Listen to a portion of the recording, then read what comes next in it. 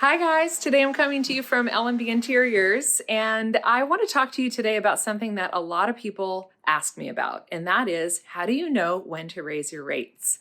Something that I learned early on in this industry as a beauty maker, and you may be a beauty maker in another industry, whether you're a hairstylist or you own a salon of some kind, knowing your self-value is an inside job.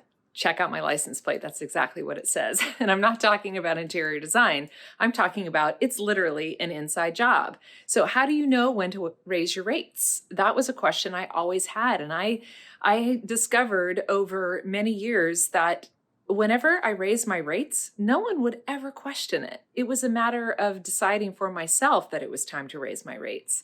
So recently I had an experience where I had a client ask me, if I give you this portion of the project, will you discount your rates for the next portion of the project? And it wasn't until I hung up the phone that I realized, wow, I actually have arrived at that place where I truly know my value.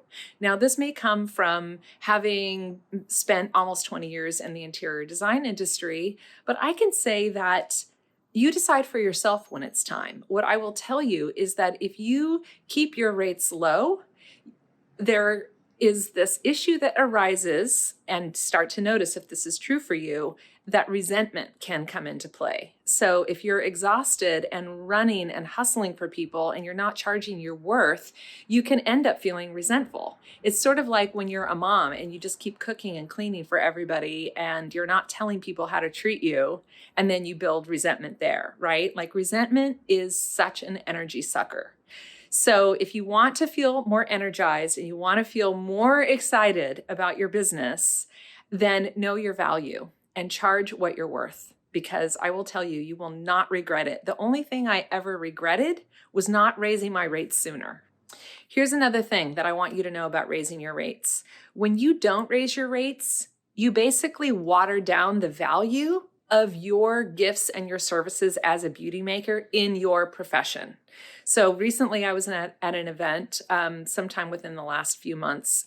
Actually, it was before COVID, so a while ago. And I turned around and I asked this other interior designer, what are her rates? And she told me, and my jaw about hit the floor. I said, here's the deal. You just moved into the area, and bringing your low rates into our industry devalues not only you, but it devalues our profession. So make sure that you are charging rates that withhold your own self-worth, but also lift the value of your profession for your other sisters in business. When you don't charge what you're worth, you basically water it down for not only you, but for everybody.